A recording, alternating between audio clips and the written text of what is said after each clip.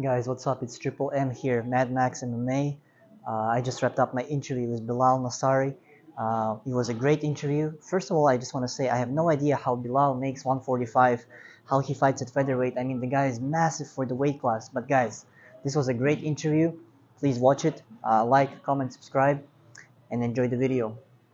Alright guys, it's Maksat Ibrahimov here. Today I'm joined by a top Canadian prospect in the featherweight division, the pride of Extreme Couture Toronto. He is 3-0 and fighting out of Afghanistan. He's Bilal Nasari. How are you doing, Bilal? I'm good, brother. How are you doing? Doing well, thank you. So Bilal, last Friday at Habak 17, you finished your opponent Jamie Ingram in 1 minute. And how important was this victory for you to start the 2024 in flying colors? Thank you so much for having me here today with you.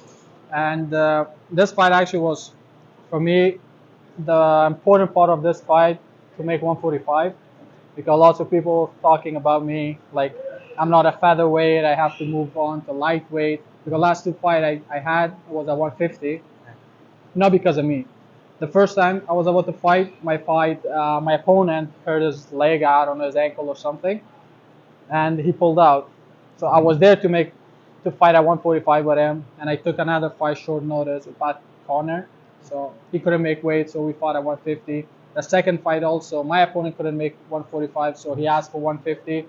So that's why lots of people were thinking that I cannot make 145. So that fight, the most important part for me was to make 145 and show people that I'm a featherweight fighter. Right. And of course, you're still undefeated, 3-0. Yeah. What do you think comes next in your career? What is the next step for you to take from here? Do you think we can see you fight in BFL, for example, this year? And how far do you think you can go this year? How active do you want to be? Maybe we can see you 5-0, 6-0? For me, I always have the problems of fights fall through. Like I always have the tough situation to get a fight, because lots of people, I don't know, they call their names fighters. They claiming to be a fighter, but as long as they hear my name, they're backing up. I don't want to fight. And it's like, yeah, for me, it doesn't matter. Whoever calls me for the fight, organization, BFL, doesn't matter which organization. Just call me for the fight. I'm always ready. I'm always ready to go out. I train every day, 7 days a week. I'm just ready to go whenever they call me. Right. And when you are in the octagon, when you're under the bright lights, doing what you love, a lot of people watching you, what do you feel in that moment? What are your emotions when you're fighting inside the octagon? For me, it's just another day in the work. So from the time I start martial arts, starting doing this like as my passion, my job. So for me, it's another day inside the gym, Right. sparring another person. Right. I chose this path. I wanted to be a fighter, so now I'm getting closer to my goals. So for me, it's always fun. I have the best time being inside the octagon, having fun, and prove myself that I'm the best in there. Right. Bilal, you train under the great MMA minds of Sam Zakula, Michael Imperato. How important has their support been for you? Being a very young guy, being a young fighter, how important is it for you to train under such experienced and talented people? To be honest, this is the most important part of a fighter life, to have good people, good coaches, good friends beside you, good training partners, because alone you cannot go through this long way. There's not a short amount of time that you cannot be a better version of yourself by yourself. You have to have someone to show you the right way. So since I came to Extreme Couture at, I think, February of 2022, Right. I met the best people in here. Right. First of all, the owner of the gym, Doug, he's an amazing person. He helped me a lot with lots of things. They always have my back. That they give me the opportunity to train in the best gym in Ontario, the biggest gym in Ontario. And they always have my back if I'm injured or I have something with the physio and all of these things. These people are amazing. They're helping me a lot with everything. And having those two amazing coaches beside me, Michael Imperato, the best grappler honestly in the world, Right. on his weight class, an amazing professional fighter. And you guys will see him soon in the biggest stages. Right. And also Sam Zakula, one of the best coaches of MMA that he's been through, like he's been in this game for a long time. There's lots of great fighters that they fought at UFC were training with him. So these people are amazing. That I'm so lucky that I have these two and Extreme Couture behind me. Right. And of course, was becoming a professional fighter something you wanted ever since you were a little kid? Was this something that you wanted ever since you were a child? And growing up in Afghanistan, did you always know that this is what you were born to do? 100%. That's my dad words. It was my dad was always telling me that one day you're gonna be great, one day you're gonna be world champ on the thing that you do. So for me, it's the most important thing to make his dream come true. Right. So I'm fighting for my dad's dream, like one day to be the biggest stages and prove myself that I'm the best. That my dad was believing in me. That one day I'm gonna be somebody that make my family proud, make myself proud, and make my country proud. Right. Speaking of your family, how did they initially react when you wanted to pursue this dream?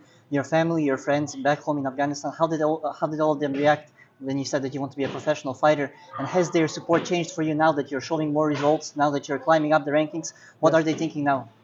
So as I said, since I was a kid, I was training with my dad. My dad was a wrestler, and he always had my back. He always supported me in this road. He always, as I said to you before, he was always telling me that one day I'm gonna be great.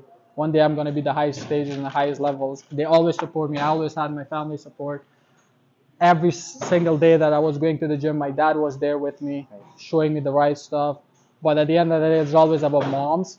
The moms, some of them, they're like soft-hearted. They don't like this MMA doing things, like getting hurt, come home with the bruises and everything. But my mom was also different. Whenever I was going to a fight or a competition, she was telling me that, like, don't come with a lose. Like, don't come home back with like your head down. Right. And I know you're gonna win. My prayers are with you, so you're gonna be good. So don't worry about anything, but don't come home if you're losing the fight. Just stay out. Right. Absolutely. So I always had my family support behind my back. And what was training like for you back home in Afghanistan? How popular is the sport there? Do you see many kids there, pursuing martial arts? So before when I started as a wrestler. MMA wasn't that much popular back home. So back like in 2017 or 16, MMA game became popular there. I was training in a not like best gym, but it was at least there was like the facility wasn't good Right. because it was a small gym, but lots of talent in there. I was a small kid, but I was training with the professional fighters in there. They're all good. Now some of them, they were like first, second, and third in South Asia. The facility was so tight. There was it was a small gym, but the time we're training was more than 100 people Wow. Right. at the one class. There was a small little room, but everyone was happy. Everyone wanted to go. Everyone loves training there. Everyone loves fighting there. Everyone, especially MMA fans back home, they're supporting their fighters so good. So they love MMA. They love fight. They love sports. So back home, they kind of says that fighting and sports in our genetics. Right. It's in our DNA. Absolutely. So they love fighting. Absolutely. And each time you step into the octagon, you always proudly raise the Afghanistan flag. How important is it for you to represent your country and represent your people here? That was my dream since I was a kid. One day I'm gonna be that person to represent my country, and have the honor of having my flag and my nation behind me. Right. So I was dreaming that day since I was a kid. Now that I'm carrying that flag, that's a big duty for me to save that nation and bring a smile on their face. Now, what is your dream in your MMA career? What goal do you want to accomplish? Is it to make it to the UFC? Maybe it's to become the first ever Afghanistan UFC world champion? As I said to you, my dad keeps telling me since I was a kid that one day you're gonna be great, one day you're gonna be world champ. So my mentality since I was a kid was on the highest stages, the highest stage of UFC. Since I was a kid, I was watching GSP, Anderson Silva, John Jones, all of these fighters, and I was mimicking them. I was using their techniques inside the gym, and I was thinking like, one day I'm gonna be in their place, in their stage, and I'm gonna fight for bigger stages. So yeah, my goal is to be in UFC one day and represent my country in the biggest stage. And what do you think it will take for you to get there? What kind of steps do you have to take? Doesn't Is it matter. just continue doing what you're Doesn't already matter. doing? Yeah. I'm just keep doing the thing that I'm doing. As I said to you, I have the support of good people behind me, my coaches, Stream Couture, the owner of this place. They all love me. So for me, this is my way, this is my path, and I have people to support me. So we'll just keep going. And what do you think about the local Canadian MMA scene? How developed do you think it is? And are you surprised that it's so underdeveloped compared to the US? So, in my opinion, compared to US, MMA community is smaller here because there's not big as US. There are lots of people, they're knowing each other back in here, and lots of people, like, as I said to you before, they don't want to fight, they want to fight, they want to pick their fights. Everyone want to pick the easiest fights. So MMA game compared to US, here's not that developed. So that's what I saw. That's what I understand here. Still, from a fighter's perspective, do you still see that there is a lot of opportunities here? Being a fighter from your perspective, do you still think that there is still much more room for improvement? From the place that I came from, compared to Afghanistan, yes, Right. 100%. Right. Back there, we didn't have that much opportunities. Even people they were fighting pro, that those fights were counting on their records. So compared to back home, still I see lots of opportunities here, lots of places, lots of ways to improve yourself and prove yourself. Now, a couple last ones from me. If you make it to the UFC, and when you make it to the UFC, what would your dream matchup be? Who would you love to face?